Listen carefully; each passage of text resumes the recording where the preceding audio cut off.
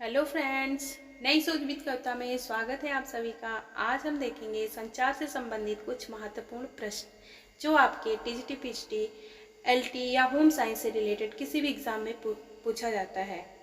तो इन प्रश्नों को शुरू करने से पहले कुछ अपने बारे में बताएंगे। हम भी आप लोग की तरह एकदम अपनी तैयारी कर रहे थे और इस बीच मेरा यूजीसी नेट 2 बार क्वालिफाई हुआ और बीपीएससी बिहार पीजीटी में मेरा चयन हुआ। और आशा करते हैं आप लोग भी मन लगाकर बहुत अच्छे से पढ़ाई कर रहे होंगे और एक दिन आप भी अपने लक्ष्य को प्राप्त करेंगे। और ऐसे ही मैं कभी कभी जब समय मिलेगा तो आप लोग के लिए ज़रूर कुछ ना कुछ इम्पोर्टेंट चीज़ लाएंगे। तो चलिए देखते हैं। पहला क्वेश्चन है, अरस्तु का संचार प्रारूप मुख्य रूप से कितने भागों में विभाजित किया गया है? तो पहला ऑप्शन है 2, दूसरा ऑप्शन है 3, तीसरा ऑप्शन है 4 और चौथा ऑप्शन है 5। तो इसका राइट ऑप्शन है 3, बी सही है, क्योंकि अरस्तु का जो संचार प्रारूप है इसमें 3 तत्वों को शामिल किया गया है। इनके मॉडल को यस मॉडल भी कहा जाता है, यस ए मॉडल भी कहा जाता है। यस से होगा स्पीकर, यस से होगा स्पीकर, स्पीच और ऑडियंस। तो इसका राइट ऑप्शन है बी। अगला प्रश्न है, कम्युनिकेशन शब्द डैश भाषा के शब्द कम्युनिस्ट से बना है? पहला ऑप्शन है लैटिन भाषा, दूसरा ऑप्शन है ग्रीक भाषा, तीसरा ऑप्शन है फ्रेंच भाषा, चौथा ऑप्शन है उपरोक्त सभी। तो इसमें टाइपिंग मिस्टेक है, बाकी इसका राइट ऑप्शन है ए, लैटिन भाषा। अगला क्वेश्चन है, फ्रैंक ई एक्स का संचार प्रारूप कहलाता है?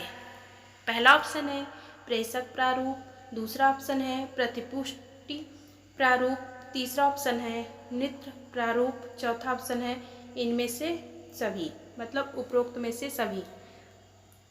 तो फ्रैंक ई एक्स का मॉडल जो होता है, इनके मॉडल को नृत्य प्रारूप या डांसिंग मॉडल भी कहते हैं और एक मॉडल इन्हीं के नाम को लट्टू मॉडल भी कहा जाता है। इन्होंने अपने संचार में कहा है कि संचार जो होता है उसका कोई निश्चित प्रारंभ नहीं होता है। अगला क्वेश्चन है, तो इसका राइट ऑप्शन है सी।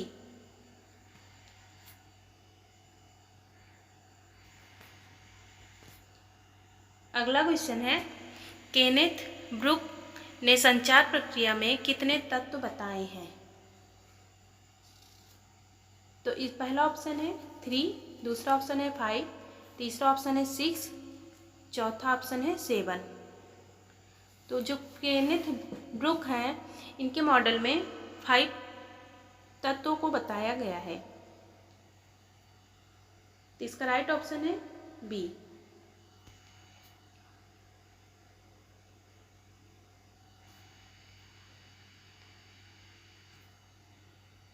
अगला क्वेश्चन है, SMCRE मॉडल किसने दिया है? पहला ऑप्शन है धामा, यहाँ पे टाइपिंग मिस्टेक हुआ है और बाकी इसमें होगा धामा, धाम लिखा हुआ है, यहाँ पे होगा धामा।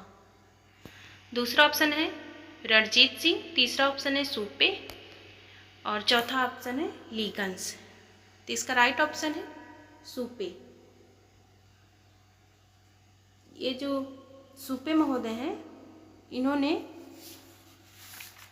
अपने इसमें संचार मॉडल में कहा है कि सबसे पहले स्रोत, फिर दूसरा स्रोत को ही सोर्स कहेंगे और दूसरा मैसेज जिसे संदेश कहेंगे, तीसरा माध्यम, चौथा प्राप्तकर्ता या रिसीवर और पांचवा इफेक्ट या प्रभाव। तो इसी के नाम से जाना जाता है। अगला प्रश्न है, किसका मॉडल 5 के नाम से जाना जाता है? तो पहला ऑप्शन है लीगन्स, दूसरा ऑप्शन है रणजीत सिंह, तीसरा ऑप्शन है लासबेल, चौथा ऑप्शन है, यह टाइपिंग मिस्टेक है, धामा। इसका राइट ऑप्शन है लासबेल। लासबेल जी ने कहा है कि पहला, इसमें जो इन्होंने दिया है, पहले कहते हैं कि जो 5K मॉडल है, 5K मॉडल है, इसमें सबसे पहले आता है कि कौन, दूसरा आता है जो पूछेगा इसमें कौन, इसमें कौन का क्या होगा, स्रोत या संचारक। दूसरा क्या कह रहा है, तो मैसेज, संदेश, क्या कह रहा है, संदेश, किस माध्यम द्वारा, तो माध्यम, चैनल, किसको, टू हुम, रिसीवर या श्रोतागण। और पांचवा है कितने प्रभावी ढंग से, तो इफेक्ट। ये लासबेल मॉडल है, 5K के नाम से जाना जाता है। इसका राइट ऑप्शन है सी।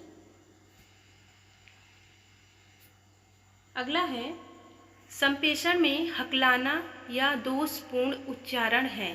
तो पहला ऑप्शन है व्यक्तिगत बाधा, दूसरा ऑप्शन है भौतिक बाधा, तीसरा ऑप्शन है भाषागत बाधा, चौथा ऑप्शन है संगठनात्मक बाधा। तो इसका राइट ऑप्शन है व्यक्तिगत बाधा, क्योंकि अगर जब व्यक्तिगत बाधा, क्योंकि व्यक्ति अगर जैसे हकला रहा है तो कोई ज़रूरी थोड़ी ना है कि सब कोई हकलाएगा, तो ये पर्सनल होता है। तो इसका राइट ऑप्शन है भाषागत बाधा जो होती है, क्या होती है, भाषा, जैसे ट्रेन को ट्रेन कह रहा है, रोटी लोटी, तो मतलब इस तरह की भाषा, जो भाषा के द्वारा रोटी होती है उसको कहा जाता है। भौतिक बाधा जैसे शोर, इंटरनेट सही से नहीं चल रहा है, ये सब आपके भौतिक बाधा वगैरह आ जाते हैं। तो इसका राइट ऑप्शन है पहला ए। अगला क्वेश्चन है निम्नलिखित में से कौन संचार माध्यम है। तो पहला ऑप्शन है मुख, चेहरा, आंखें, सभी। तो भाई जो संचार माध्यम होते हैं वो मुख, चेहरा, आंखें, ये सब होते हैं। ये गैर मतलब औपचारिक, एक तरह से कहते हैं कि जो गैर औपचारिक मतलब औपचारिक नहीं होते हैं।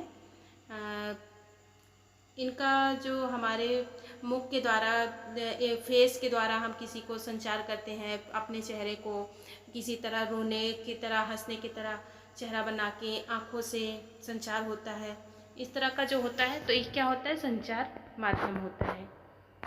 तो इसका राइट ऑप्शन है सभी।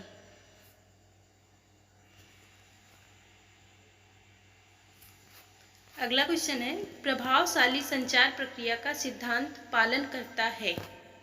तो किस पे पालन करता है, तो पहला ऑप्शन है 5C, दूसरा ऑप्शन है 7C, तीसरा ऑप्शन है 4C, चौथा ऑप्शन है सभी। तो इसका जो राइट ऑप्शन है 7C। ये 7C का पूरा नाम दिया गया है, आप लोग इसको एक बार देख लीजिएगा। Consistence, concreteness, completeness, clarity and correctness, continuous, courtesy और suitability। अगला क्वेश्चन है संदेश होना चाहिए। तो संदेश पहला ऑप्शन है सरल, प्रभावशाली, व्यवहारिक, उपयुक्त, सभी। तो संदेश कैसा होना चाहिए, सरल, प्रभावशाली और व्यवहारिक, इनमें से सभी। इसका राइट ऑप्शन है कि संदेश हमारा जो है प्रभावशाली, सरल और व्यवहारिक होना चाहिए। संदेश ऐसा नहीं होना चाहिए कि आप कह रहे हैं कुछ, समझ रहा है कुछ। तो संदेश हमेशा सरल और इफ़ेक्टिव होना चाहिए। ये रहे कुछ इम्पोर्टेंट क्वेश्चन। और एक और पूछता है शैनन एंड बीबर मॉडल, जिसमें पूछा जाता है कि नॉइस को किस मॉडल में शामिल किया गया है या किसने शामिल किया है। तो सैनन एंड बीबर मॉडल, आप लोग उसको याद कर लीजिएगा क्योंकि वे वहाँ जो है यूजीसी नेट वगैरह में पूछा जाता है। और इनके मॉडल को ही रैखिक मॉडल भी कहा जाता है, एक तरफा मॉडल जिसे मैथमेटिकल मॉडल भी कहा जाता है। तो सैनन एंड बीबर मॉडल को इसको हम यहाँ पे नहीं टाइपिंग किए हैं, बाकी आप लोग लिख लीजिएगा, इम्पोर्टेंट है।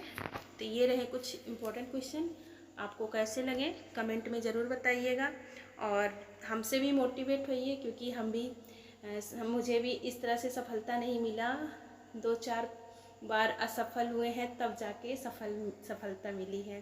तो इसलिए आप लोग निराश ना होइए और लगातार पढ़ाई करते रहिए, एक दिन सफलता आपको ज़रूर मिलेगी। Thank you.